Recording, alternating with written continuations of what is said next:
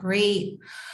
Good evening, everyone, and welcome to Una Conversación con las Madrinas. This is the third and final event in the Latinx and Social Work discussion series in partnership with NYU Silver School of Social Work. I'm Erica Sandoval, a proud NYU Silver alum and creator, contributing author, and editor of Latinx and Social Work. In our previous events, we discussed holding the weight of whiteness as social workers, and we have delved into the anti-Black racism in our communities. Today, we will hear from our panel, my wonderful madrinas and contributing authors to Latinx and social work. We're going to hear about their experiences as individuals, of women in social work in the field, and the importance of mentorship that has shaped their careers. It is my pleasure to introduce our panel of madrinas. Liz is going to drop their bios in the chat, and I'm just going to share their names. So you're going to see their bios in the chat, and I'm going to continue. We have today Maria Girone, who is the founder of the Latino Social Work Coalition. We also have Dr. Rosa Gil, who's the founder, president, and CEO of Communal Life. We have Dr. Linda LaSalle Bryant, a clinical associate professor and director of the Doctorate in Clinical Social Work program, and the Catherine and Howard Abel Executive in Residence at NYU Silver, and my mentor. And she has really supported this work, this incredible work. And without her, this would not have been possible. So thank you so much. We have Maria Lizardo, who's the executive director of Northern Manhattan Improvement Corporation, the founding drive of the Brides March to drive domestic violence and awareness in the Latinx community. And this is really important because all of our madrinas here have such incredible skills, and everyone is unique. We have Rosa Brambell Caballero, who is the founder and president of Caballero Counseling and Consulting Services and former president of the New York City chapter of the National Association of Puerto Rican and Hispanic Social Workers, and an adjunct lecturer at Columbia University School of Social Work. And we have Dr. Laura Quiros, an associate professor of social work at Adelphi University, an incredible madrina to me as well, and has a great book and a diversity, equity, and inclusion social justice change agent. I'm honored to introduce also our co-facilitator today, Laurie Burgos. But before we begin, I would like to start with the poll. And the first poll question is going to go up.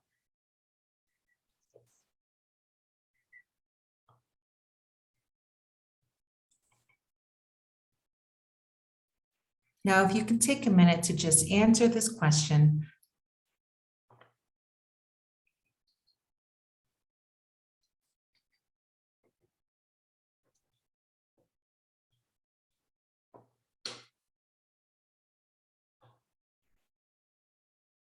Okay, I'm going to give it a few more minutes. We have 18 out of 28 people that participated, so I'll just give it a few more minutes.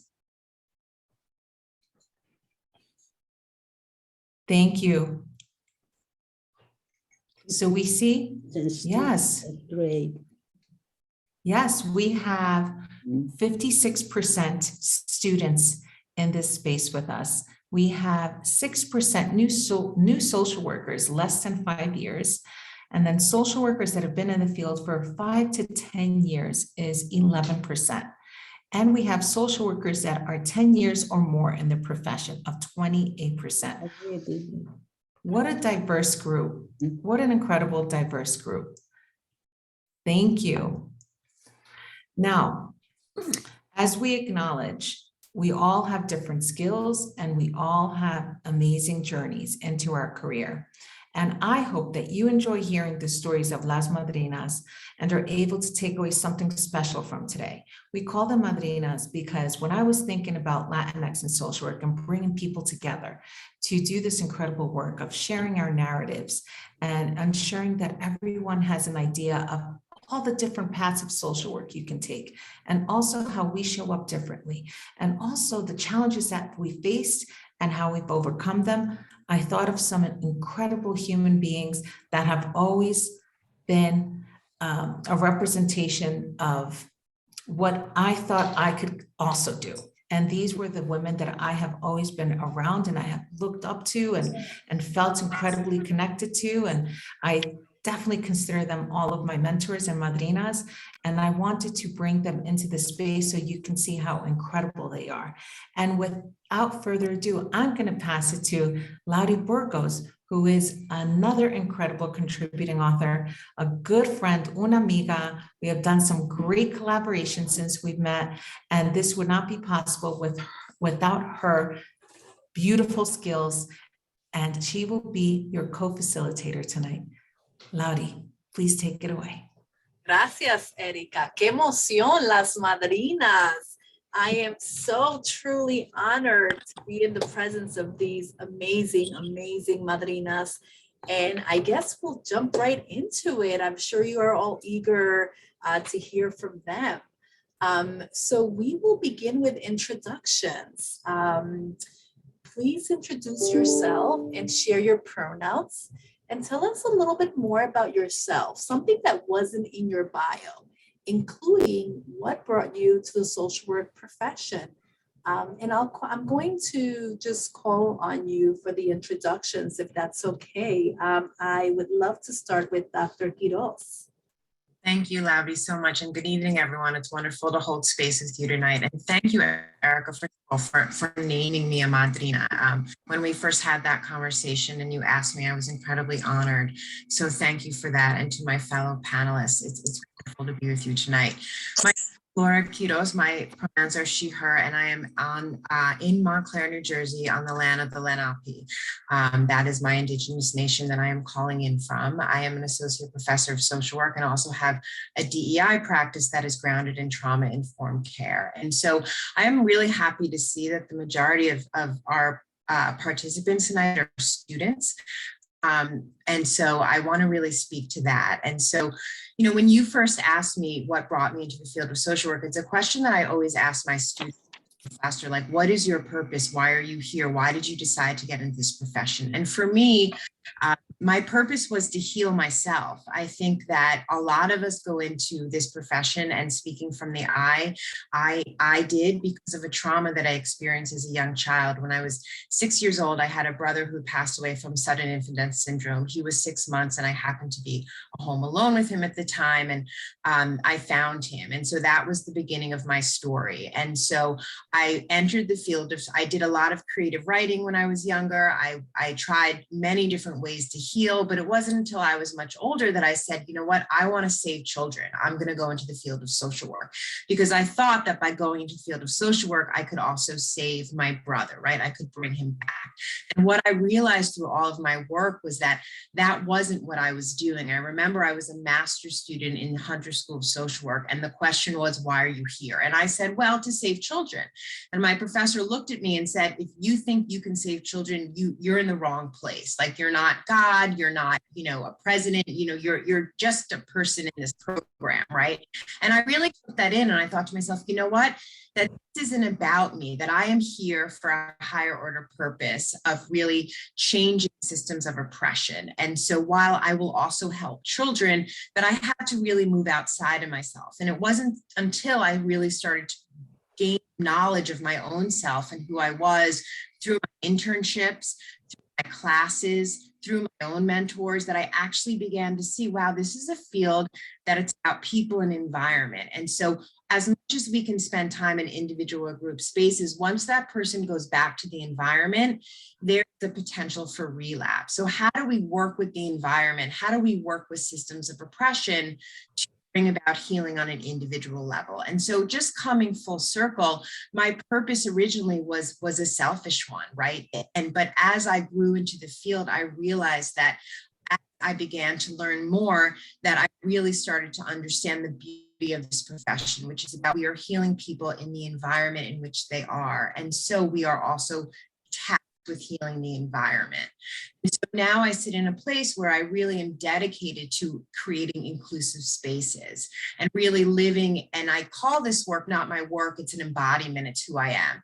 And so just really want to reiterate those of you in the audience who have been in the field a long time and beginning students that really to keep on interrogating your purpose, because I learned through my education that my purpose shifted with each new thing I learned, right? And I am still learning, and I am still on my journey, and I am still trying to combat systems of oppression on many levels. It's a journey, which is the beauty of this field, is that it's a personal interrogation as well as a professional one.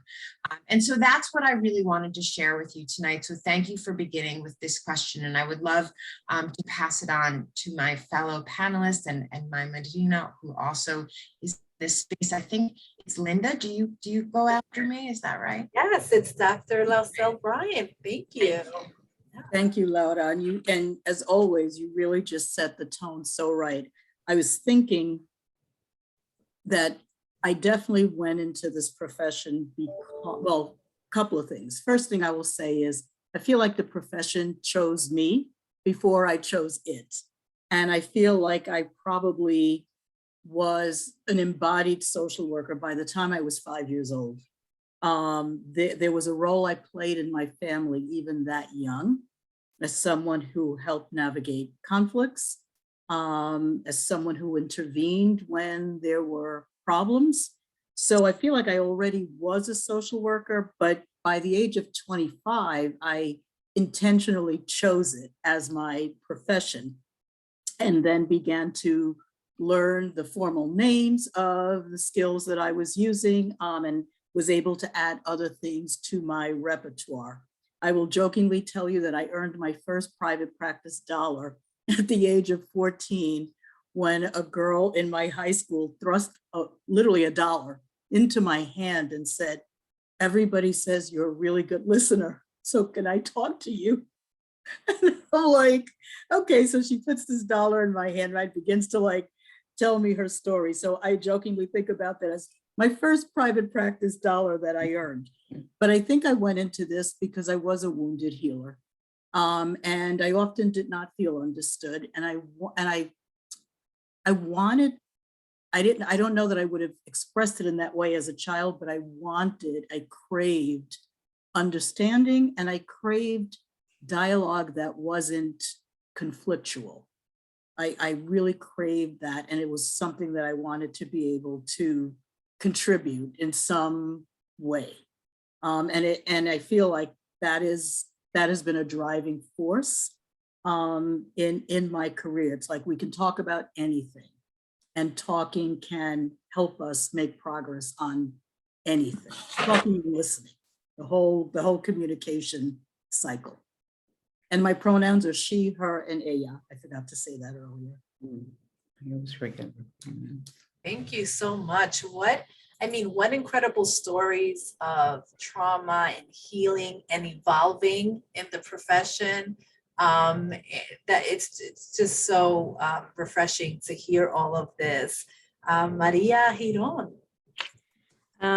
Thank you, and congratulations to all the madrinas. It's great seeing you around, Rosa. I'm glad that you are with us. I became a social worker because I wanted to have a good sleep during the nights. And I'm telling you why. I was raised and I was born in a small town in Puerto Rico. And I my house was located like 5 minutes from the biggest slum that it was in existence at that time in Puerto Rico, in my hometown. And there was this lady who was an alcoholic, and she was really in the prostitution industry. And it was really almost all the time at 2 o'clock in the morning. She was taken by the police to the station because she was either intoxicated or she was loud, well, you know, different things. And she had to go by my house, pass by my house to get to the police station. And I saw the children. It was 5 children trailing her, crying their heart out. And I was there looking out of my window, and that really made an impact on me, mostly the children. I could not really understand why the children had to be taken away by the police also. They should have, for me, my thinking was they should be in bed. These children should be sleeping at this time, not crying or trailing the mother at 2 o'clock in the morning. So I became a social worker because I wanted to really help and heal the pains and aches of children. And that I did, but I did it in a different way because I was always a person who was not satisfied with what I had in front of my face. So I was not satisfied with the systems of care. I was not satisfied that there was not language sensitive services. So I dedicated my life to work on systems of care that would be relevant to Latino families and children. When I came to this country, I just was amazed on seeing that there was no language sensitive services, culturally sensitive services for Latino families. I came to work in a very small agency, the Puerto Rican Family Institute. At the time, the budget was $250,000, peanuts. There was not structured services, only referral and connecting them to community resources. And very soon I found out that nobody was really interested in Latino clients. No, for me, I think that they were completely neglected and somewhat abused by the system. I was really advocating at the time for counseling services because the families that we saw, they were really in need of counseling or guidance, mental health services. So I dedicated my career to put in place system of care. I founded 5 mental health clinics for each borough and 1 in New Jersey. In one of the areas that I was really, again, because my interest of children, I was very interested in the children that were taken away and placed in foster care. So I also work on putting together programs to prevent placement of children in foster care. And those services still exist. So talking about the role of social workers, I was able to play a lot of roles. I played the role of direct service to clients and families. I played the role of advocate. I played the role of administrator. I played the role of planner. And you know, in doing so, my interest was really to not only to create and establish services, but also to develop a strong institution that will be directed to address the special needs of Latino families and children. Thank you so much. Thank you so much, Maria. Maria Lizardo, love to hear from you. Thank you. And why do you have me following the awesome Maria? Like, how could I compare to her? So thank you so much for having me tonight. It is such an honor to be among such incredible social workers and just in awe. So when Erica first asked me, at first I was like, what, are you calling me old? But once I got over the vanity of being asked to be a madrina in this book, I realized what an incredible honor it is. Madrinas in our communities and our culture are women who are respected, whose wisdom is valued. And although, you know, I still have a lot of learning to do every day, I have been in this field for quite some time. So definitely I have some wisdom and some gems I can drop. So I knew I wanted to be a social worker since the age of 15. And I knew that because it was 3 social workers that impacted my life and that of my family. You know, we were poor. My mom was came here as an undocumented illiterate immigrant from the Dominican Republic in an abusive relationship with my father.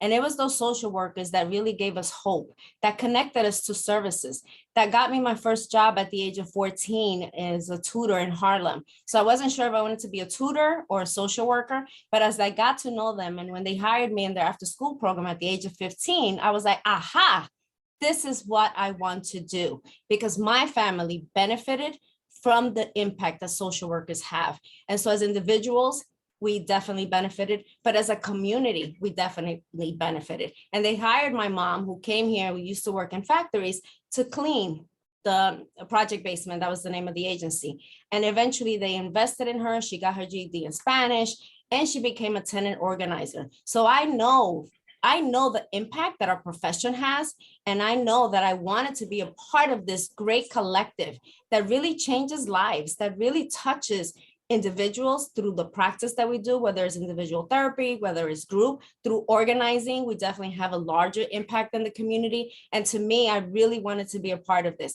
And mentors, it has been those mentors along my life that have really supported me. So thank you, Erica, for allowing me to be a part of this incredible journey. And for the students out here, thank you for selecting this profession. It is an amazing choice that you're making. And like Dr. Quiro said, it is, you know, you keep looking into yourself to see why you're doing this, and you change and you grow with it. But I know you can do this. You're up to the challenge. So thank you. Thank you, Maria, for all the amazing work that you continue to do. Dr. Gill, please share with us why you went into the social work profession. Let's start by calling me Rosa. Rosa. Yeah. And indeed, it's really an honor to be among these panelists, and also thank you, Erica, for putting this together, and Linda for being such a good madrina y tener una buena hijada como Erica. So, you know, I thank you for that. So originally I'm from Cuba. I was born in Cuba. And part of my adolescence years and early adult life was in the middle of a revolution. And but the desire to, and I guess I didn't call it social work, but this desire of trying to understand why other children were living in such a poor condition in the hometown that I grew up. And I was lucky enough, in a way, to go to a Catholic school where we all were told to be mindful that there were other human beings that were living different lives from the ones that I had, and that we had an obligation, in a sense, as human beings, to try to address their needs. So I could remember the Saturdays that we used to go as a group to those neighborhoods in my hometown that were poverty stricken. And when I mean poverty stricken, kids eating food or eating dirt, trying to find a piece of meat in the dirt.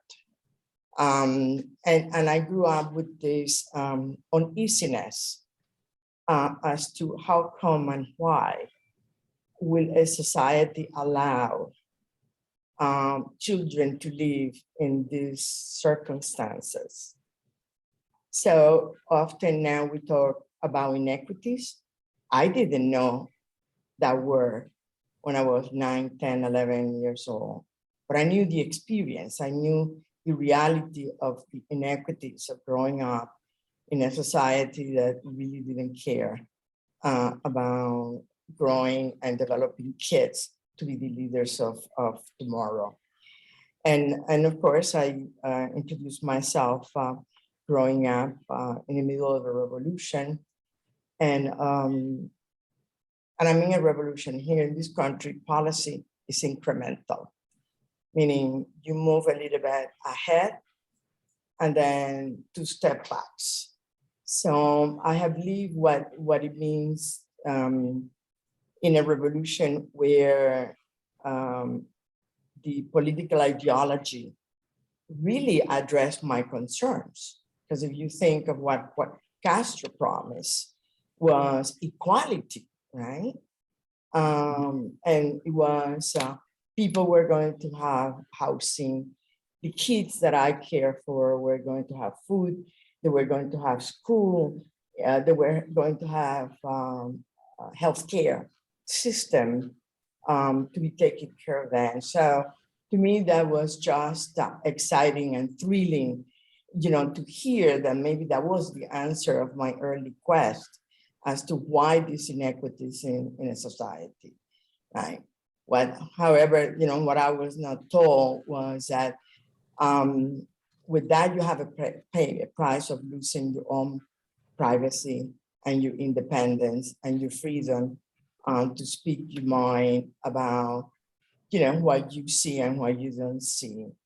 So that basically, made me think that although that was answering the questions that many kids that I saw early will have an education, and indeed they do have an education. And, I pay respect to the fact that every child in Cuba is able to have an education.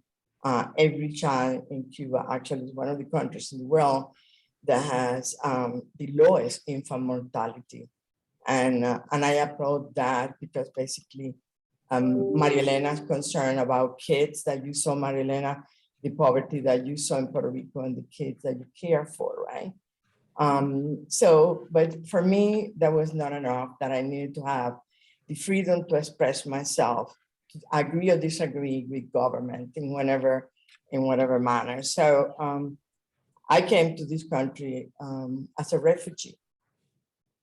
And I'm just going to regretfully in parentheses says that for me, this time is a little bit tough because I'm thinking there's a war in Europe that is just about what I fought for, which is freedom and the ability to express oneself and the independence of a country. And my heart goes to the many refugees that I think it's terrible to be living one day in your home and have to leave whatever, all your friends and everything and go to a different country where you have no way of knowing anything. And that's what happened to me. And my eyes, were looking for these democratic values that I really wanted to have the ability to freedom of express. But I also was journeying for kids here to be entitled to have the best education in the world, to have the best healthcare in the world. And the reality, all of us in this gathering know that that's not really what happened here either, right? because we all are really dealing with the disparities. We social workers, I am a social worker because I'm just trying to address the disparities created by policies of government, right? So basically, you know, my desire to go into social work is because in a way I find this profession to be very unique. If you think about it, nobody else does what we do. Because what we do is we address the inner challenges, the intrapsyche, when you use our clinical terms, right? But we also address the environment, and I think one of my other colleagues mentioned the environment. If you have physicians, they really take care of the body, but basically we are a profession that we are really, in a way, more holistic in our thinking of addressing the need of our patients, our clients, than any other professions, quite frankly. And that is a role that I, for myself, really treasure. And I'm delighted that we have so many students here, because I just want to encourage you to think not only of your role as, quote, clinicians, not only of your role, you know, and Maria Elena alluded to the roles that she has played, and together, you know, we have been in the role of clinicians, we have been in the role of supervisor, of planners, executive, handling or leading an agency. In my case, I have been fortunate to be in that quest early in my life. Remember, I wanted to be a social worker because I do want to change the condition of the kids that I saw. And I saw that the best way for me to do that was to get a doctorate in policy planning administration and learn the road. How do I change policy in this country, even in an incremental way, to really, for me, to make sure that I don't see children anymore with the suffering and the poverty that I have seen them, and families. So, you know, for me, in the different roles that I have played as a social worker, and, you know, I'm always proud and delighted. For example, today I'm the chairperson of the Board of Trustees of the Federal Reserve Bank of New York. That includes Puerto Rico, that includes New Jersey, that includes New York. And why? Somebody said to me, "Are you crazy? Why do you want to do that? Don't you have enough work at Community Lab to do?" And I said, because these are the systems where economic development happens. And that's where our communities are being impacted. We cannot deny that poverty really creates the dysfunction that we see in our kids and our family. So yes, it's extra work, but if I can put my 2 cents in this system and to tell the banks, hey, you know, you have to do economic development in the Latino community, and we need to have, because there's no economic development, and I tell this the people in Wall Street, there's no economic development without healthy communities, right? So if we want kids, then we need to really fix at the outside box of the intra, and that's the policy, and that's the economy that impact on our community. So listen, colleagues and students, especially I just want to say to the students, you're going to hold the batons that, you know, Maria Elena and I and others around here are holding. You're going to have to carry this in the future. You're going to have to be the clinicians, the executives, the policymakers, and all that to really change the paradigm for our Latino community. And I think that that's enough for today. And thank you so much for having me here. Thank you so much, Rosa. What a tremendous advocate you are. Rosa Bramble, in the next 2 minutes, can you share why you went into the social work field? Well, good evening, everyone, and thank you. This is such an honor to be here amongst and then to follow after Dr. Hill, after Rosa Hill, like, okay, and I need to say this publicly. I need to speak to how, you know, when we think of social work and going through social work school, how organizations like the Association of Hispanic Mental Health Professionals, Maria Hilo was there, and Dr. Hill, and how I looked up so much. I'm like, wow, this, and people who all look like me, todas Latinas y Latinos. And I was like, wow, this, it was so invigorating. And it's really been quite significant in my life. So I wanted to make sure to give a shout out to Dr. Hill for that.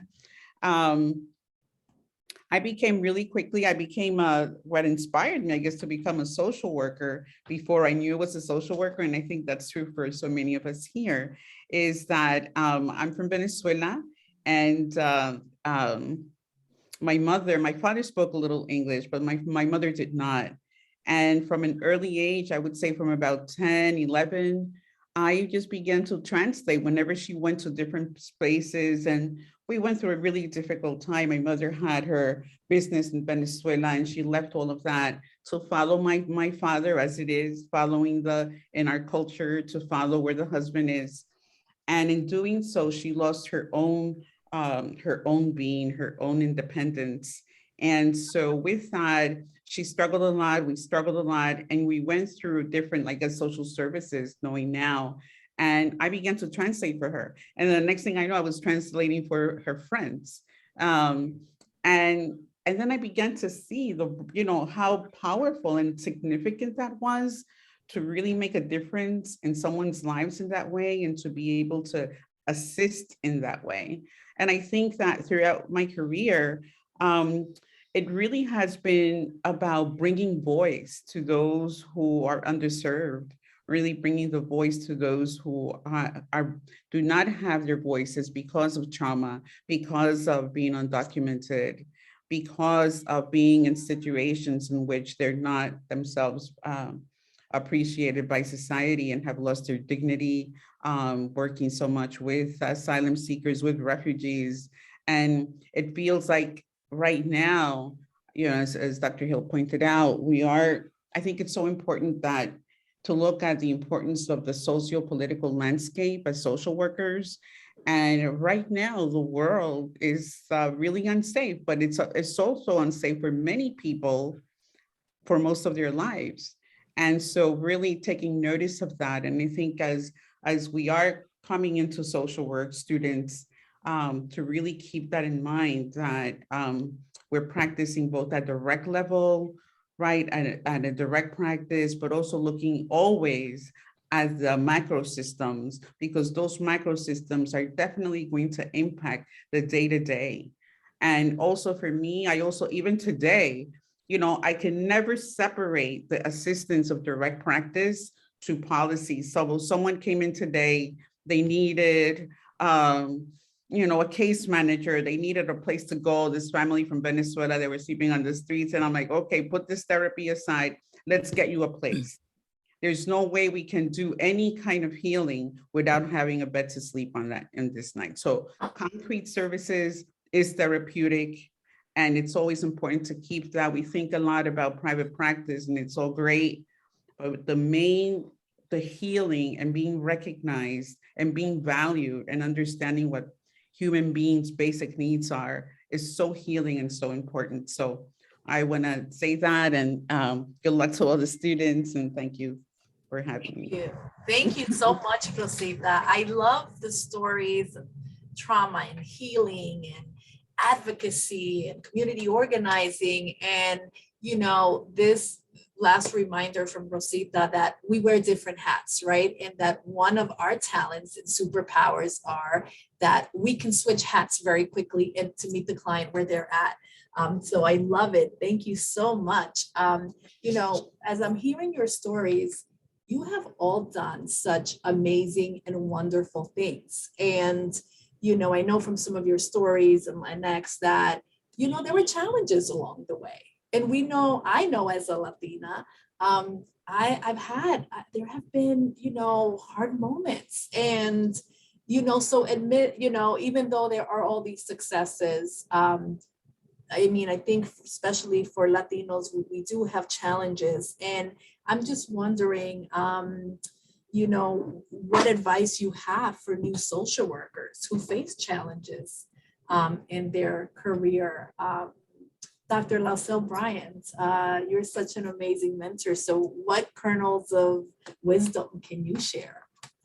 You know, I was really touched last night watching the recap of the Supreme Court Justice hearings. And she told a story of being on the campus of Harvard, one of the few women of color at that time, and being told by someone else, another woman of color passing by, persevere.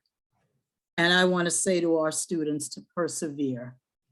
We have this saying in Spanish, right? Pa'lante, like keep going forward, persevere. And I would say, look around to others who are like you. Build community with them, and also seek out people who have been on the path that you're trying to go on. Now we have more of an awareness about mentoring and its value. I feel like when I was coming up in the field, it wasn't, I didn't experience that level of awareness around mentoring. But I know that I've always hungered for that. I've always wanted it. And one of the things I want to say to all of the students in particular is that we never outgrow the need for mentors. It's not something, you'll never arrive at a point where you're like, okay, I'm done, I've arrived, I don't need it anymore. You know, to this day, even while I may serve as a mentor, I still need mentoring and I still seek mentoring. So think of it as a lifetime opportunity to keep growing and developing yourself, and not only learning about what to do, but learning from the mistakes that we've made. Learning, and that's what I think wisdom is. Wisdom is when you may have some knowledge, you've applied it, you didn't quite get it right, and you learned because you didn't quite get it right. You learned from that. So there's so much to learn from mistakes and from failure, and to embrace that and seek people who have made mistakes and failed, right? Because all of us, every one of us have done that. Whatever successes we've had, if we had a resume of our failures, you know, we could fill some pages also with that. So learning from both the things that we've done well and the things that we haven't. And when you've made a mistake or you think you've had a failure, ask yourself, what have I learned from this? In what way will this make me better and stronger going forward? And then keep going and keep going and keep going. You know, especially in systems that can be so oppressive, that drive to persevere is, I think, literally the difference between people who hang in there and make progress and people who don't. So, pa'lante, pa'lante, pa'lante, persevere. Thank you, Linda. Wow, I received that. I needed to hear that.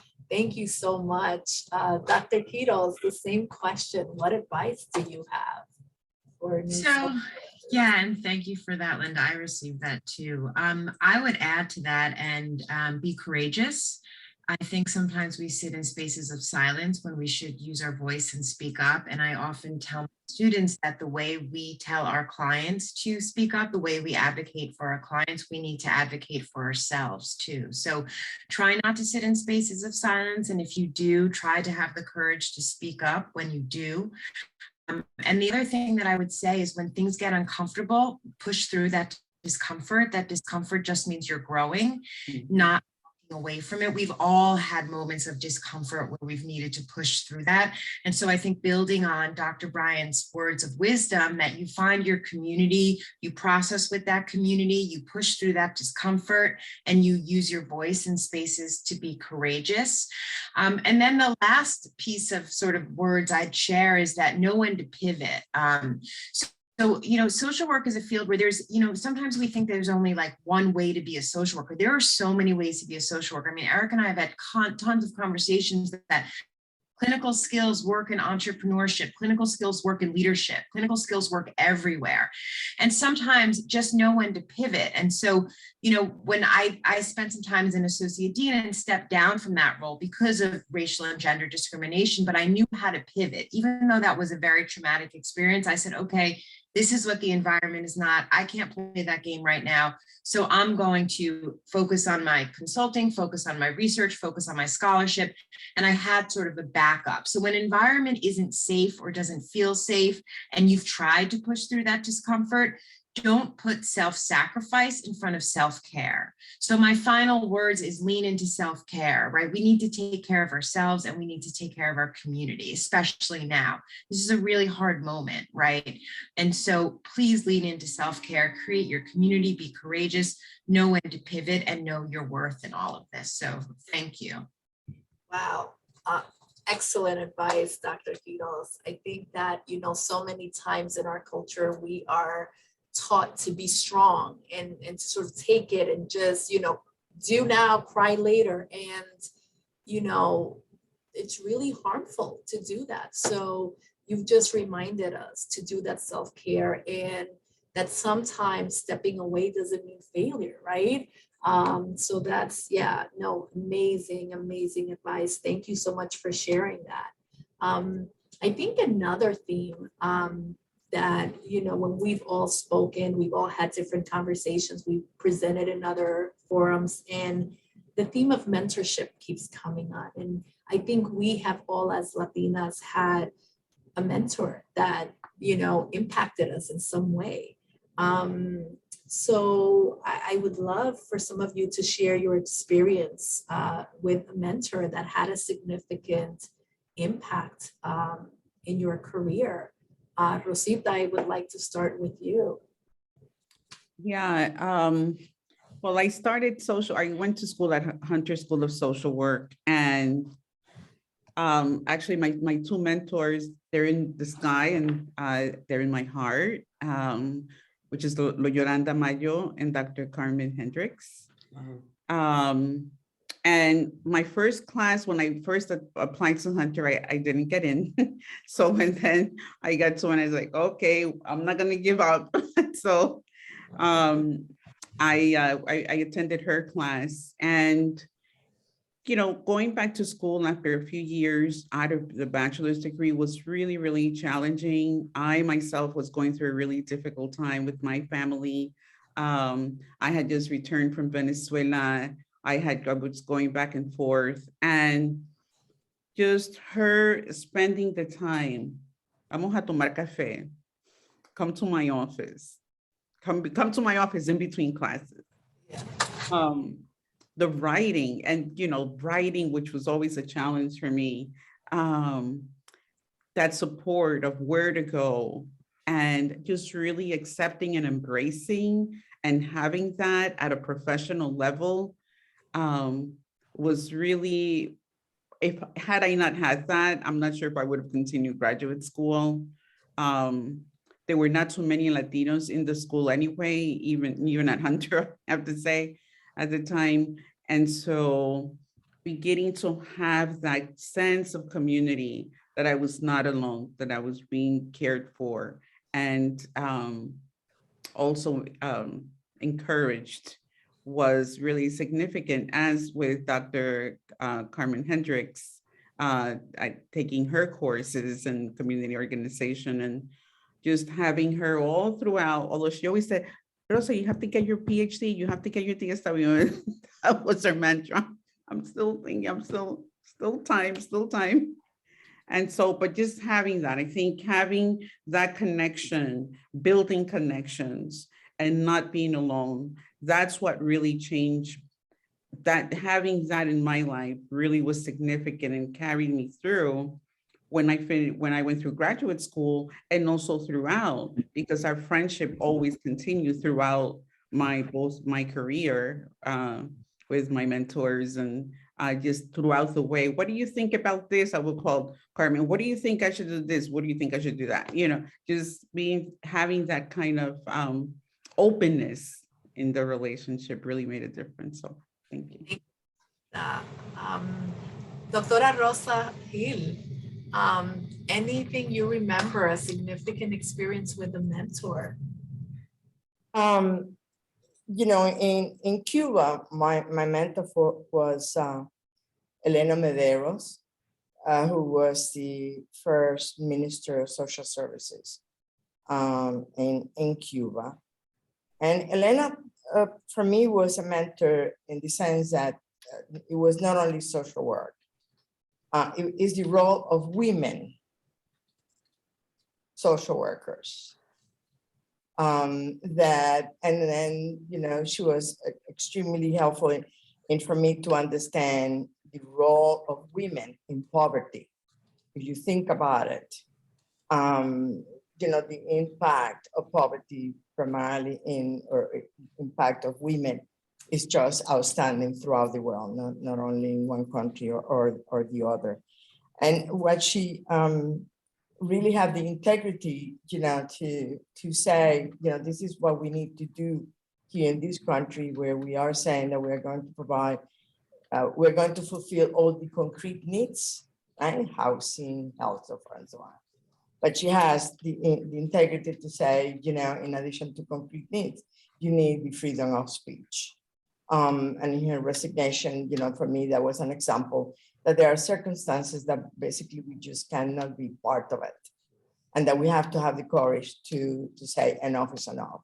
And I don't want to be part of that. But here in the United States, I think that I had a great mentor, not a woman and not a Hispanic. The former Dean of the School of Social Work at Fordham University, Jim Thompson.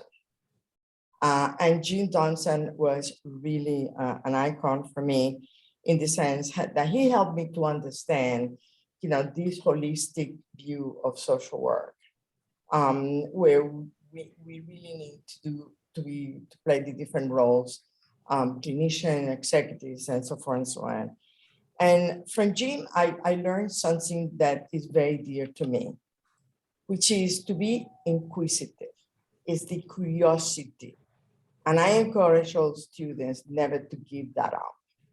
It's the curiosity about, you know, what you are seeing in the life and the encounters with your clients, is the environment that you are living in, because it is the curiosity that is going to help us to raise the questions that is going to bring perhaps then the opportunity for us to become change agents. That it is that it's not only the persistence that we were talking about before, but also is this type of inquiry and going beyond what we think is on the surface. And then, you know, just to make sure that we are the advocate, as Maria Elena and others here have been talking about tonight, but also to be courageous in terms of becoming a change agent. And not only in the life of your clients, but in the life of the agencies that you're going to practice, in the policies that you see impacting yourself, your families, and the clients.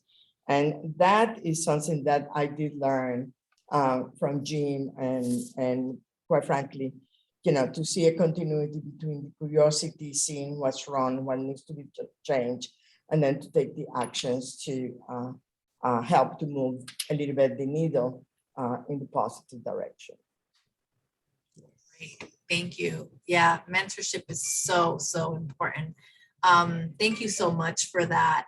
I'd love to do some other polls right now. So the first question I'd like to ask the audience is, do you have a mentor in your life, or have you ever had one? Since we're talking about mentorship. Yes. Mhm.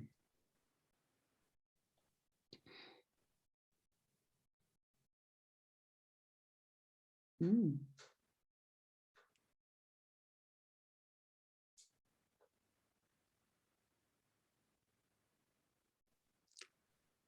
And the second question I see it came up is how often do you or did you connect with them? So 2 questions about mentorship.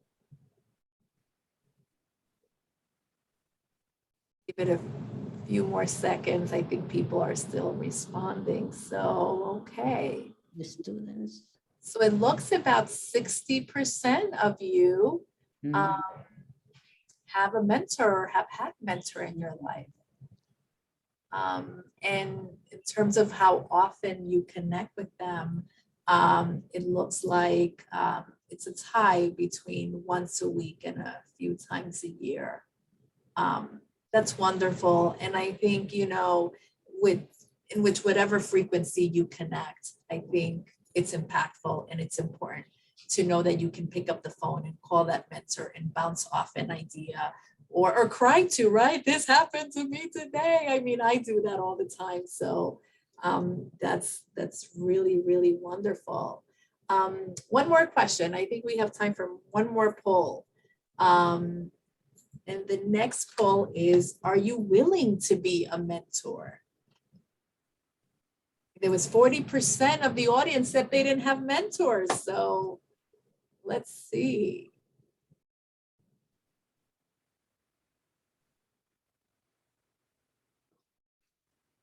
Very nice. Mhm. So about 58%, sorry, 58% said yes. And then we have 42% said not now, but later in my career. So I'm thinking those are like the students, the young social workers. Yeah. That's really, really wonderful. Well, you know, given that so many of you said that you didn't have a mentor, one of the things that we thought would be nice was to give you an opportunity to connect with someone today.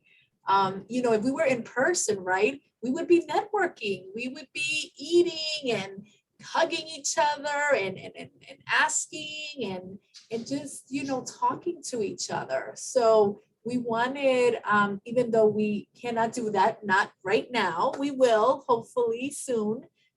We still wanted to give everyone an opportunity to connect. And Liz has dropped a document in the chat. We wanted to build community. So in this document, you can indicate if you want a mentor, if you want to mentor someone, and connect with each other. So please look at the document, sign up for whatever it is you're interested in and build community. Because we think it's so important. And I mean, how relevant that we're talking about the madrinas who have been mentors to so many of us. So I think, you know, this is a really great opportunity for all of you. And I'd like to end the discussion with just one last question, if that's okay with everyone. And then my final question is, you know, there is so much to learn in our profession, and it's a lifelong learning that happens, right? And how do you suggest others lean into that? And what advice can you share to thrive and succeed? So I'm just going to call on different people. If you could answer a short answer, 2 to 3 minutes, just so that we can leave people with those thoughts. That would be amazing. Maria Lizardo, I'd love to start with you. Sure.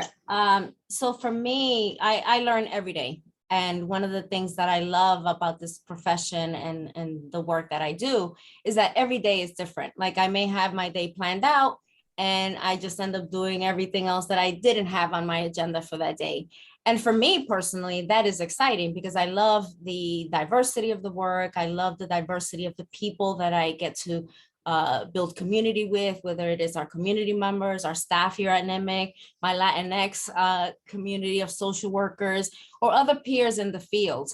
And so I would encourage you to, yes, be open to that, to be open to the diversity, to be open to spontaneity. You know, for some folks, it doesn't work, and that's okay. But for some folks, it does work, and it is thrilling and exciting. But also to be open to learning. You know, I screw up plenty of times here. I make really poor decisions sometimes. But you know what? I work with a team, and we support each other, and we build on each other, and we learn from those mistakes. I'm not a heart surgeon, so I'm not, you know, if I make a mistake, you know, they're not going to die on the table right there. And so I still have an opportunity to fix it. And by fixing it, I learn from it, and I do better the next time.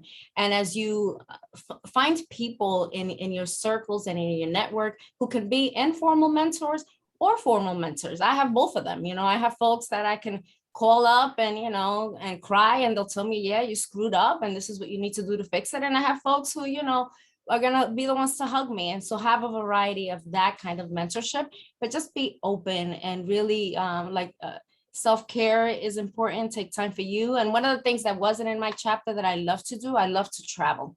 I love to take that time and go out there in the world. It is my time to decompress and to refuel my soul and my energy and my tank, so I can come back and be in the trenches once again to do this work. It is hard work, but it is also exciting and thrilling work. And when you see the changes in your clients, when you see changes in communities, even if it's incremental and a little bit at a time, when you see those changes, that is what we're here for. So enjoy and celebrate all those victories, because that's also part of the work, celebrating those victories and finding joy in what you do.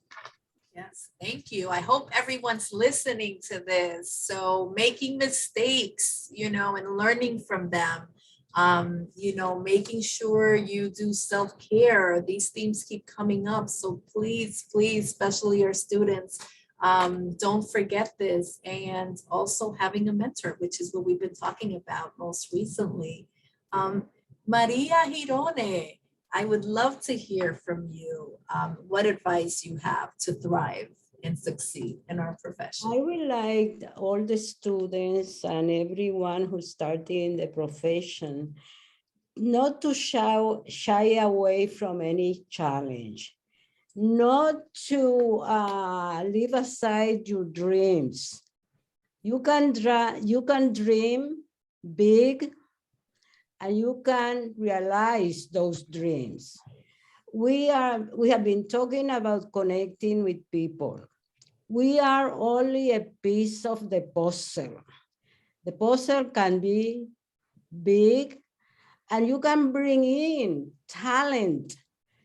You can bring in friends. You can bring in supporters, and you can bring in mentors. Seek out mentors. Mentors are out there. For instance, I had a dream.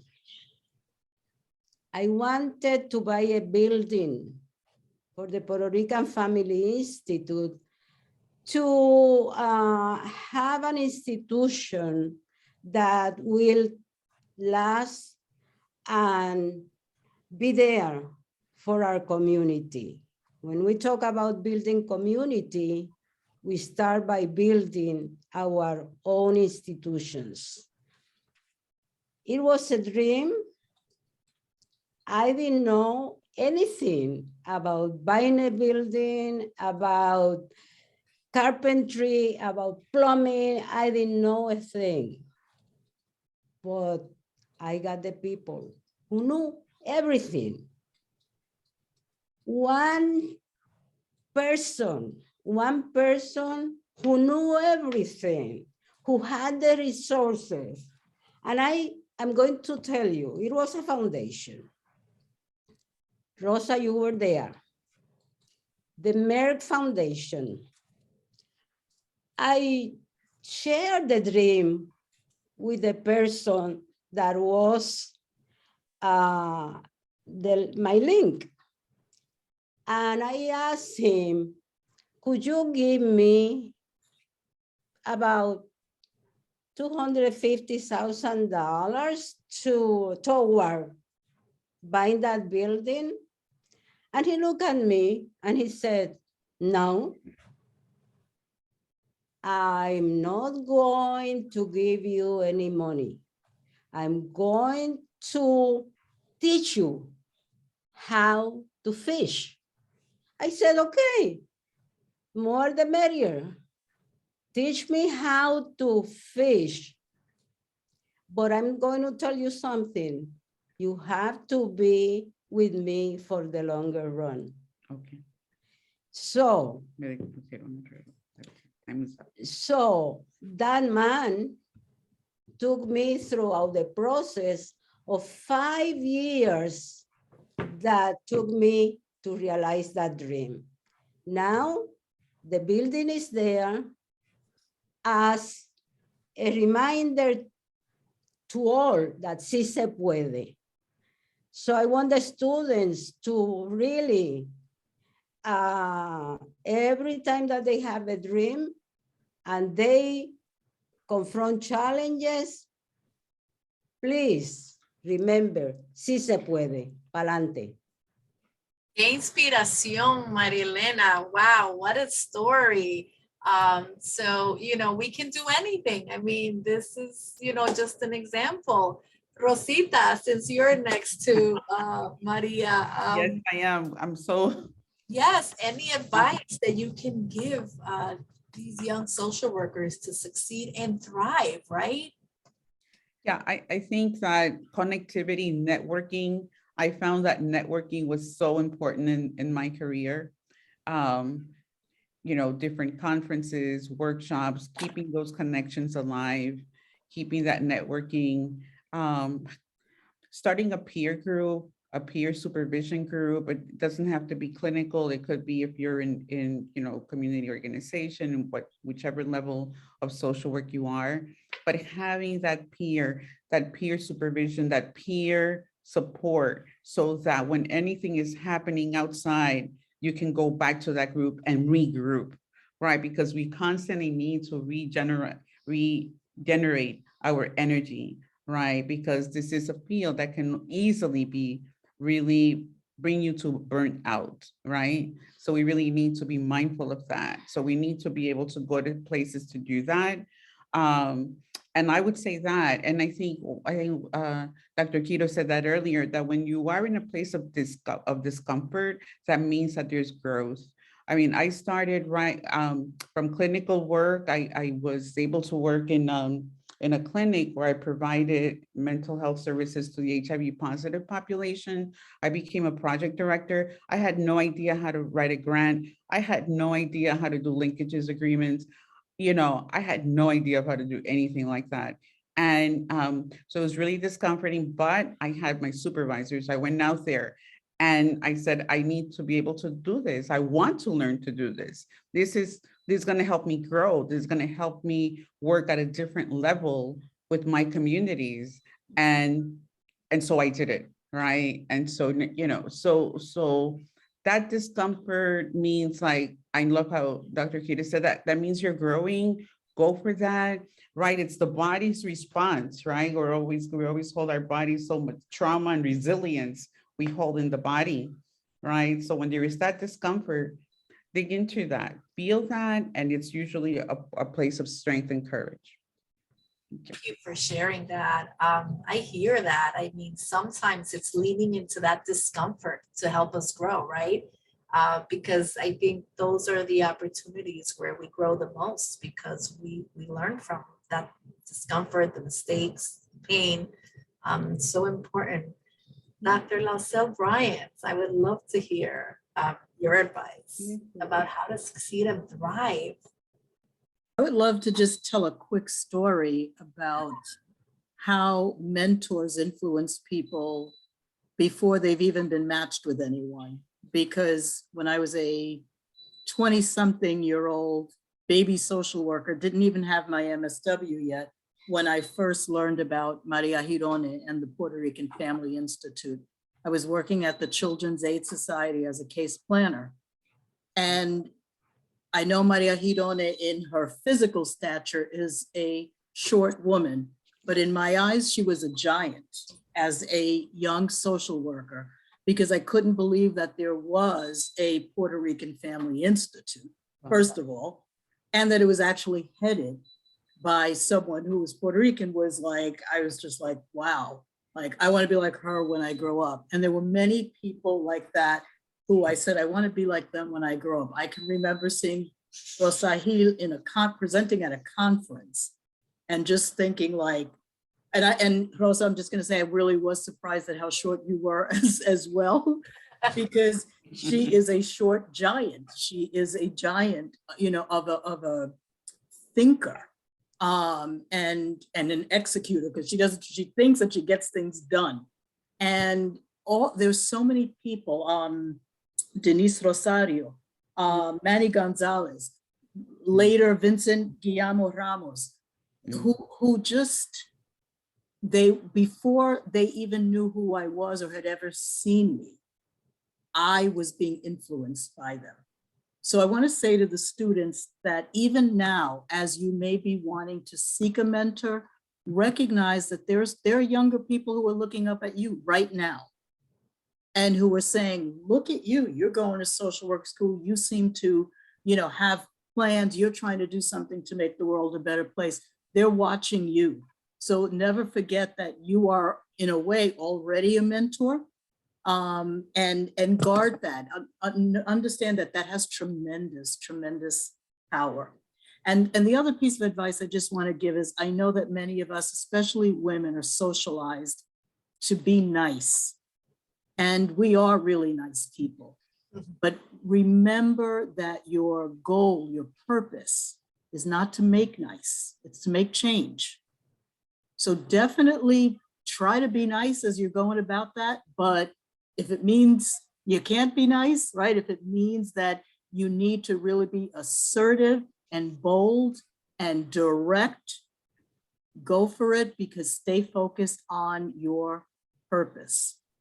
So social work is about making change. Making change means we're disrupting things. And it doesn't mean we have to be a bull in, you know, in a tea shop, but it does mean we have to disrupt.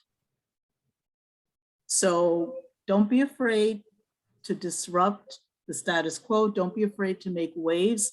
That is part of our role as social workers. And I sometimes worry that we don't teach that enough, right? That helping is also shaking things up. I love that, Linda, a shakeup. I love that. I'm going to use that now. Thank you for sharing. And I'd like to ask the same question and end with Dr. Quiros with the same question. How do we succeed and thrive? You are so wise, Dr. Quiros. What can you share with us? So I say start learning the practice of meditation and understand where your spirituality lies. I say that because I think as I grow in my career, I've often learned that it's those quiet moments of accountability and inner peace, sitting with myself, that I'm able to connect to my higher order purpose. And so I don't think that spirituality is practiced enough in the social work field. And I really believe that we live in a world right now that needs like radical healing. It needs healing justice, right? We need to be in the work of healing justice. And the only way we can do that is if we are able to sort of free ourselves of our own baggage that we carry with us, of the systems of oppression that we live in and work in every single day.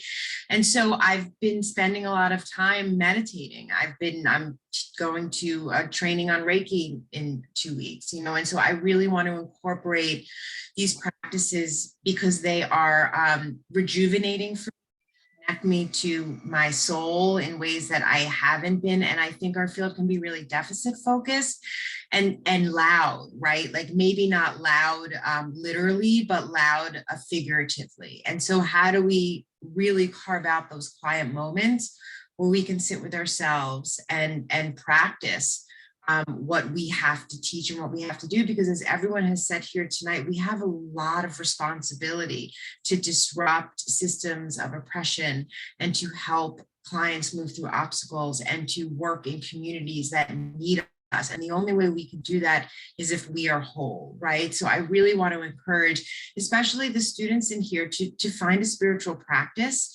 whether it's journaling, whether it's lighting candles, whether it's meditation, whether it's a religious institute that brings you a sense of fulfillment, that be in those spaces more often than not, because we need to heal in order for us to be the restorers of the soul that I think that we are. And so I will just end with that and thank you. That's a beautiful way to end. Thank you so much to all of you for engaging in this powerful and important discussion. I'll turn it back over to Erica. Wow.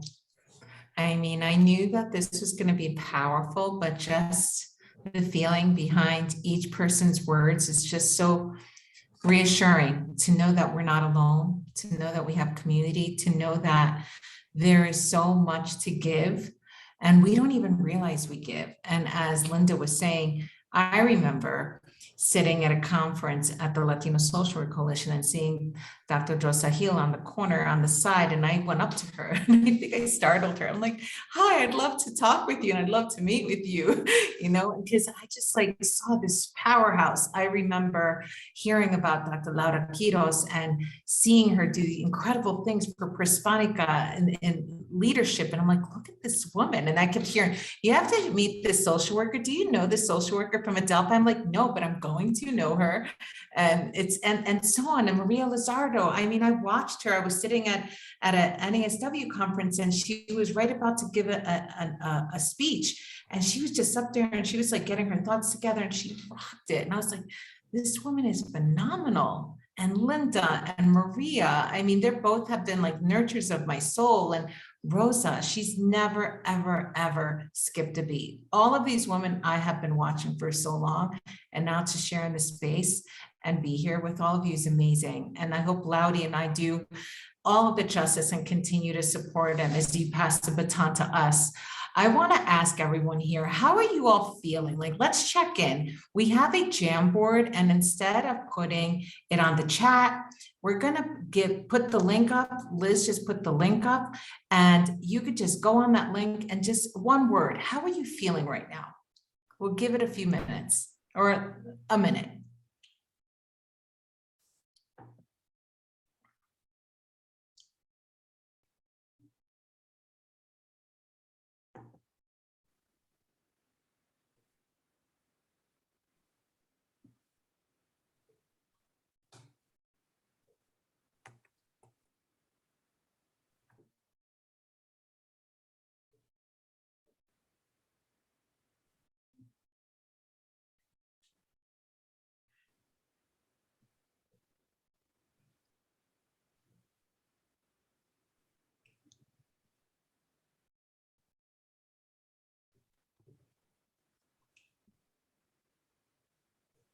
Give it a few more minutes. I see people are still writing.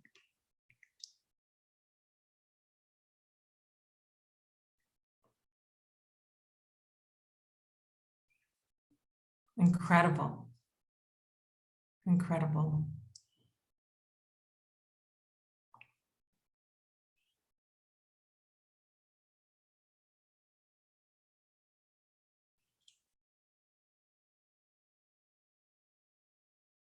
Amazing. We'll show what everyone has put up.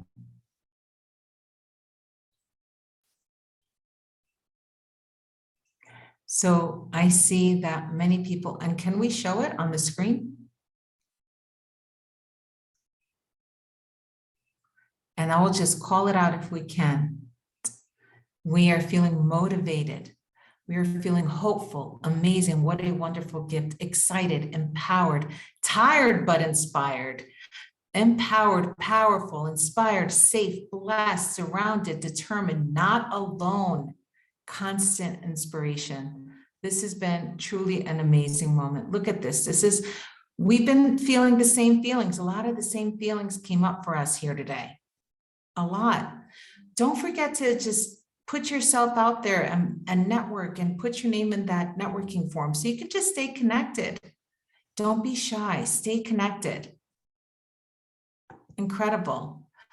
And now I want to turn it over to another part of our event. First, I want to say Thank you all so much to the panelists here today that were here and shared their words of wisdom. To our madrinas, thank you to Laurie Burgos, who is an incredible facilitator, just such ease and poise, just so beautiful. And we loved hearing all these wonderful stories. It was really so inspirational. And a huge thank you to my alma mater, NYU Silver, for being Latinx and Social Work's partner on this discussion series and believing in the importance of Latinx and social work in this project.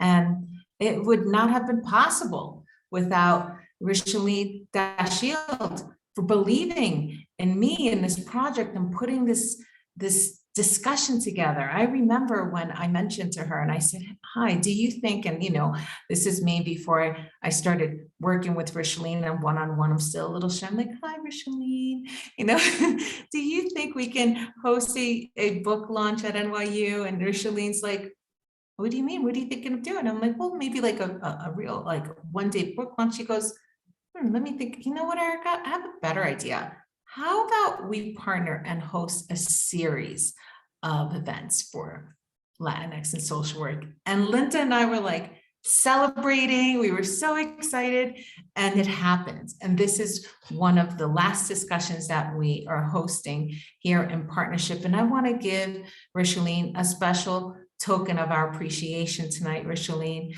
We want to say thank you so much from all of us, Latinx and social work. We want to tell you that we need more partners like you in this world. We need more human beings like you in this world. You are an incredible strategist, an incredible, brilliant mind that just sees a vision and moves it forward. Without your support, and Liz, who is our incredible coordinator for all these events, this would not have been possible. So we want to give you a token of our appreciation, and Gurpreet's going to share it with you now so you can see it. It is a plaque of the Latinx and Social Work book that became #1, so you can put it in your office and always remember this incredible work that we all did together.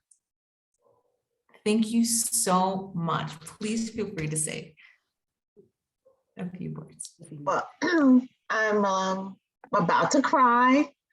I'm just so filled up with so much joy, and there's so much power in this room to be able to visually see ourselves reflected. And this was beyond what I could imagine. But when you are supported in that imagination, all things are possible. All things are possible. And it is truly because of the brilliant, loving, kind, giving stories that were in that book that were meant to be shared in multiple ways, understood, nurtured. And so I just want to say thank you to all of you for being such visionaries, for opening up your hearts to all of us, and just allowing NYU to be a small part of that journey, because it is you who is shining today.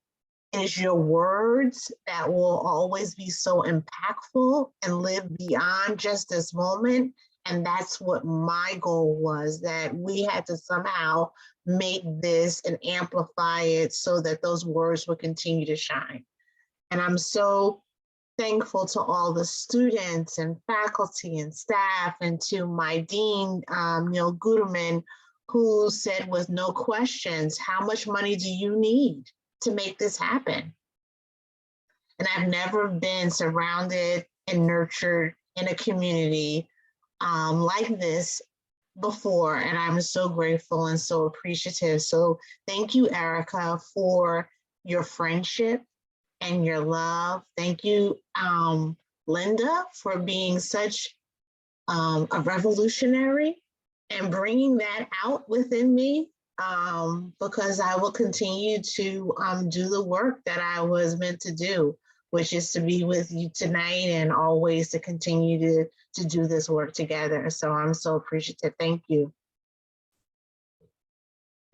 So beautiful. I'm about to cry. I feel like I've probably shed a few tears at every one of these events.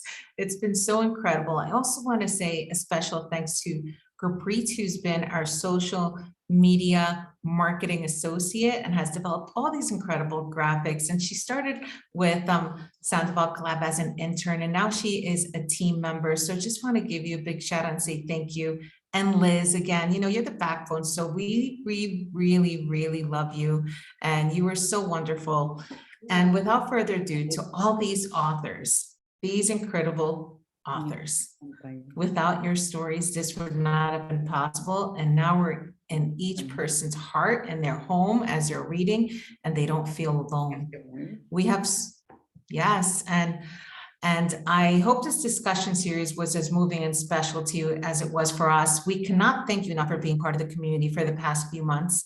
Although the Latinx and social work discussion series has ended, you can join us for the Familismo, Personalismo y Comunidad, learning from the narratives of Latinx and social work, which starts on March 31st, and it's at 10 a.m. to 12 p.m. and you get CEs. The registration link will be dropped in the chat below. We hope you're able to join us and hear more from the authors of Latinx and social work, and share, because this is so powerful to have just presenters that have the experience to also now be able to train others to understand how to check in with themselves and undo the biases and stereotypes that they might have when working with Latinx families. So you can also connect with us on Instagram, Latinx and Social Work, and purchase the book through the link in the chat as well, because these proceeds are going to go to Latino Social Work Coalition for scholarships for students who are in the midst of social work school and need that extra additional help. We are doing this as a community. Please check out our podcast where you will hear from these incredible authors, and they continue to drop gems. I'm not kidding. Every podcast has just been incredible. And it's just so moving because you'll hear more of their voice and their narrative and the reasons why they do the work that they do. And it's just so inspirational. And once again, thank you to all for attending. Please take a few minutes to just complete the survey and have an incredible night.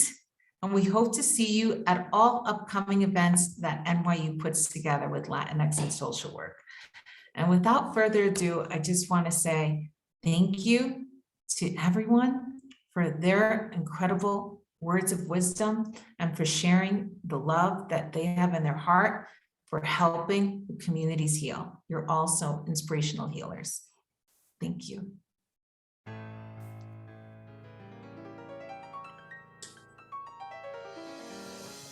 Mi voz puede volar, puede atravesar cualquier herida, cualquier tiempo, cualquier soledad, sin que la pueda controlar, toma forma de canción.